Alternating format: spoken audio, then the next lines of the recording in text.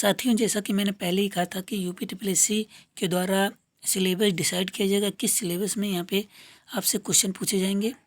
तो सिलेबस यहाँ पे डिसाइड कर दिया गया है और यह किया गया है स्वास्थ्य कार्यकर्ता के लिए, और महिला के लिए स्वास्थ्य कार्यकर्ता जो वैकेंसी आने वाली है उसके बारे में डिसाइड कर दिया गया है कि क्या आपका पाठ्यक्रम होने वाला है।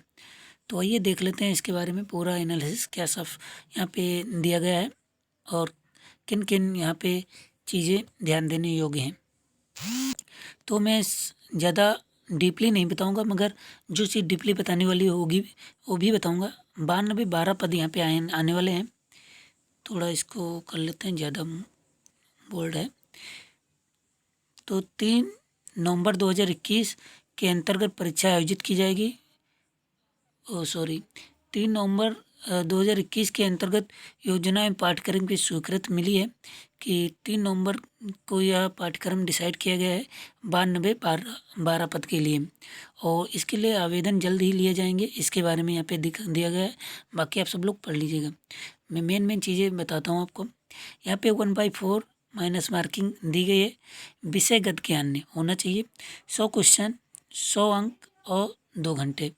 ये पूरा सिलेबस है और वस्तुनिष्ठ प्रकार के होंगे और निगेटिव मार्किंग होगी। ये तो आप देख ही चुके हैं 2 घंटे में, ठीक है।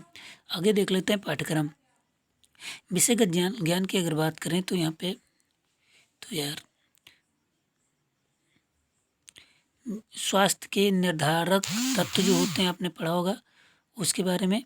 भारतीय स्वास्थ्य समस्याओं का बाह्य रूप एवं योजनाएं, और एससी, पीएचसी, सीएमसी और जिला अस्पताल का संगठन क्या होता है ये आपने पढ़ा होगा अपने सिलेबस में।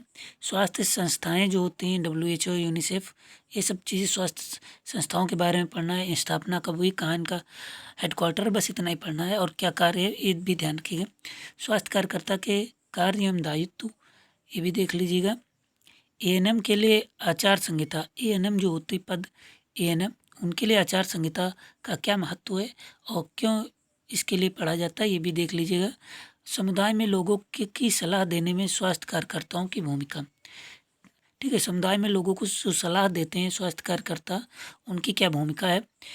स्वास्थ्य के लिए पोषण की आवश्यकता, पोषण, बीमारी का आपसी संबंध, खाद्य पदार्थों का पोषण के आधार पर वर्गीकरण, विभिन्न आयु वर्ग के लिए संतुलित आहार, विटामिन और खनिज की कमी से होने वाले रोग, महिलाओं में पोषण जनित रक्तल्पता, ठीक है।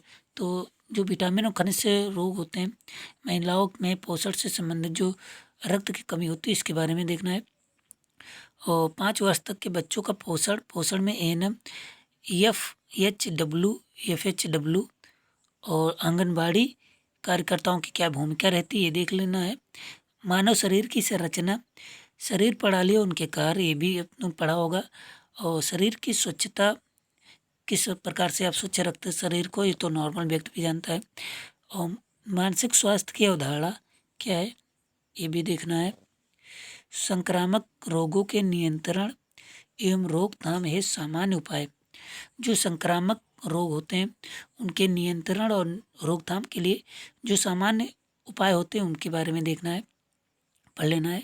और संक्रामक रोग लक्षण, बचाव, उपचार जैसे डिप्थीरिया, काली खांसी, टिटनेस, पोलियो, खसरा, तपेदिक, चिकन पॉक्स, कांटमाला, रुबेला, आंत्र, ज्वर, hepatitis, rabies, malaria, dengue, filaria, काला आजार, ट्रोकोमा, नेत्र स्लेमा, शोथ, खुजली, STD और HIV, एड्स, इंसेफ्लाइटिस, लेप्टोस्पायरोसिस, तीव्र श्वसन संक्रमण, दस्त रोग, कर्म संक्रमण और कुष्ठ रोग, ये पूरा है। आगे देख लेते हैं। समुदाय में बीमारों की देखभाल, इतिहास लेना, शारीरिक परीक्षण, महत्वपूर्ण लक्षण, ये सब देखना है। ज्वर, महत्वपूर्ण संकेत, तापमान, नाड़ी, श्वसन, रक्तचाप।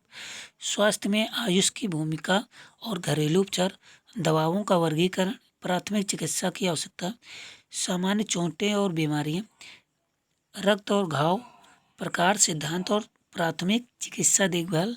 शिशुओं और बच्चों में वृद्धि और विकास के प्रभावित करने वाले कारक, जो उनकी वृद्धि और विकास को प्रभावित कर सकें वो कारक देखना है। क्या कारक रह सकते हैं। बच्चों का शारीरिक, मनोवैज्ञानिक और सामाजिक विकास किस प्रकार से किया जाए ये सब देखना है। दुर्घटनाएं, कारण, सावधानियां और रोकथाम। जो दुर्घटनाएं होती हैं उनके क्या कारण होते हैं, क्या सावधानियां बरतनी चाहिए और इनको किस प्रकार से रोका जाए, ये देखना है। विशेष स्तनपान, जो महिलाएं होती स्तनपान कराती उसके बारे में देखना है। विद्यालय स्वास्थ्य उद्देश्य, समस्याएं और कार्यक्रम एवं विद्यालय का वातावरण, ये विद्यालय के बारे में है। किशोरों के लिए यौन शिक्षा भी देनी अनिवार्य है और यौन शिक्षा किस प्रकार से दी जाए, क्या क्या महत्व है उसकी वो देखना है। मासिक चक्र और उसके दौरान स्वच्छता, जो मासिक चक्र होता है महिलाओं में उसके लिए किस प्रकार स्वच्छता अपनाई जाए और किन किन बातों का ध्यान रखना चाहिए, ये देख लेना है। आगे देख लेते हैं। तो मासिक चक्र हो गया और किशोरावस्था में गर्भधारण और गर्भपात संबंधी जानकारी, भ्रूण एवं नाल की जानकारी होनी चाहिए। भ्रूण और नाल क्या होता है और किस प्रकार से इनके कार्य हैं। सामान्य गर्भावस्था, गर्भावस्था के चिन्ह और लक्षण, गर्भावस्था के चिन्ह और लक्षण क्या होते हैं वो ध्यान पढ़ना है। सामान्य प्रसव के दौरान देखभाल, ये देखना लेना है। नवजात की देखभाल किस प्रकार से की जाए ये भी जरूरी है।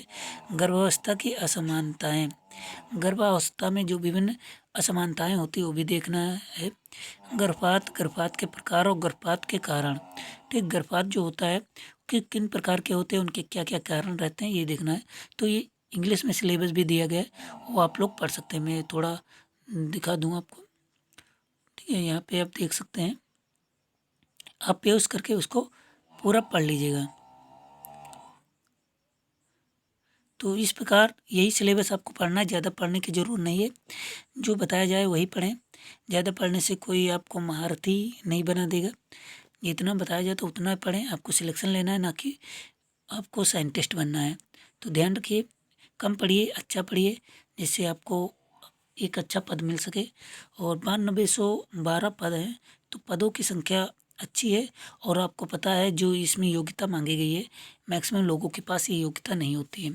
तो डेफिनेटली आपको फ़ायदा होने वाला है। बस इतना ही पढ़ें जो मैंने बता दिया है। इतने ही टॉपिक आपको पढ़ने हैं। कितने टोटल टॉपिक हैं आपको मैं बता दूं फिर से। टोटल 38 टॉपिक हैं। 38 टॉपिक अगर दो दो टॉपिक एक दिन में पढ़ेंगे तो 19 दिन में आपके कंप्लीट हो जाएंगे और फिर उनको रिवाइज कर सकते हैं। तो इस तरीके से 7 दिसंबर को उनका पेपर है। तो इस तरीके से आपको इसको जो है कंप्लीट करना है। हालांकि आपने पढ़ लिया है तो पहले से ही, तो इसको रिवाइज करने में ज़्यादा दिक्कत नहीं होगी। तो मिलते हैं अगले वीडियो में, तब तक के लिए नमस्कार। और लेटेस्ट अपडेट पाने के लिए हमारे चैनल को ज़रूर सपोर्ट करें। धन्यवाद।